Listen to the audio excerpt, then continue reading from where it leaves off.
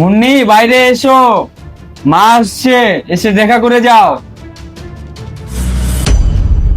কি বুড়িটা আবার চলে আসছে মাথা খারাপ করতে? আরে ওনাকে ঢুকতে কেন দিয়েছো? ঘাট ধাক্কা দিয়ে ঘর থেকে বের করে দাও। এসব কি বলতেছো মুন্নি? এসে দেখা করে যাও। আমি দেখা করব কেন? উনি কি কোনো সেলিব্রিটি? উনি তো প্রতিদিনই বাসায় আসছে। ওনার মুখটা নতুন করে আমি আবার কি দেখবো? বলছি না ওনাকে বের করে দাও। বাবা, তোমাদের মধ্যে কি কোনো ঝামেলা হয়েছে? তাহলে মুন্নি এভাবে কথা বলছে কেন? না মা, আমাদের মধ্যে কিছু হয়নি। আমি ওকে ডাকছি, তাড়াতাড়ি এসো, মা বসে আছে তোমার জন্য।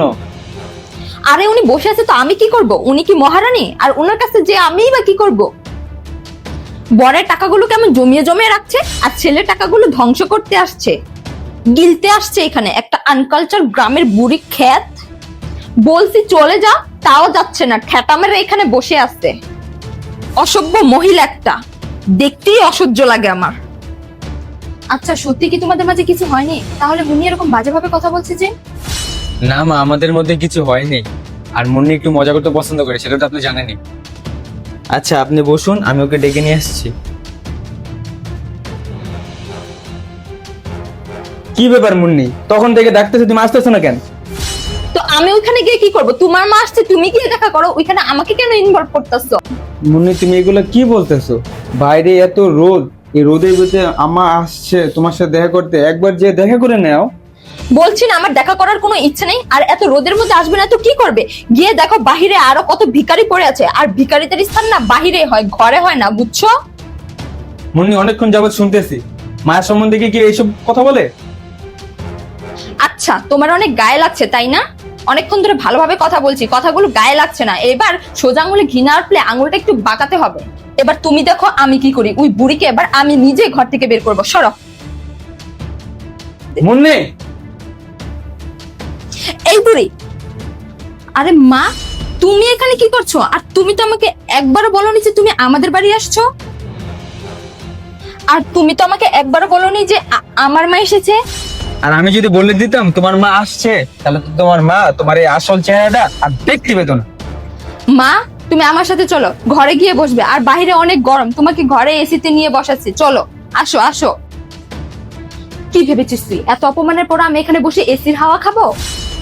আরে মা আমি তো তোমাকে অপমান করিনি, আমি তো ভেবেছিলাম। কি ভেবেছিস তোর শাশুড়ি মা আমি এলে সম্মান পাবো, আর তোর শাশুড়ি এলে এরকম দুর্ব্যবহার করবি? ছি মা তুমি ভুল বুঝছো, আমি ওইরকম ভেবে কিছুই করিনি। আসলে আমি বুঝতে পারিনি।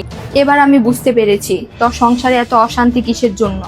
আসলে তোর শাশুড়ি মা আসল কালপিট না, আসল কালপিট হচ্ছিস তুই। তুই তোর জন্য আজকে সংসারে এত অশান্তি। আমি তোকে এরকম শিক্ষা দিয়েছি যে নিজের মা এলে আদর করে এসিতে বসে হাওয়া খাবি, আর নিজের শাশুড়ি মা এলে তার সাথে এরকম দুর্ব্যবহার করবি? এটা তোর কাছ থেকে আমি কখনোই এক্সপেক্ট করতে পারিনি। তুই কি জানিস তোর শাশুড়ি মা আমাদের জন্য কি করেছে? তোর বাবার ব্যবসা যখন ডুবতে বসেছিল, তখন তোর জামাইকে দিয়ে লুকিয়ে লুকিয়ে টাকা দিয়ে আমাদের সংসারে হেল্প করেছিল, যার জন্য আমাদের সংসারটা এত সুন্দরভাবে আছে, তুইও এত সুন্দরভাবে আছিস। এরকম মায়ের মতো শাশুড়ি মাকে দুচ্ছাই করতে তোর একটুও লজ্জা করলো না? ছি, এটা আমার ভাবতেই লজ্জা লাগছে যে তুই আমার মেয়ে। মা তুমি এসব কি বলছো? আর তুমি এসব কথাগুলো আমাকে আগে কেন বলোনি? কেন আগে বললে কি ব্যাপারটা ভালো করে করতে? আরে না না, আমি তো প্রথম থেকে জেনে আসছি যে প্রত্যেকটা ঘরে শাশুড়িরা খারাপই হয়। কখনো তো ওনাকে বোঝার চেষ্টাই করিনি, সবসময় ওনার সাথে আমি খারাপ ব্যবহারই করে এসেছি। আচ্ছা শোনো, তুমি আমাকে ওনাদের কাছে নিয়ে চলো, আমি আমার ভুলের জন্য প্রায়শ্চিত্ত করব। আর আজকে থেকে ওনারা আমাদের বাড়িতেই থাকবে, ঠিক আছে? চলো চলো ওনাদের কাছে চলো।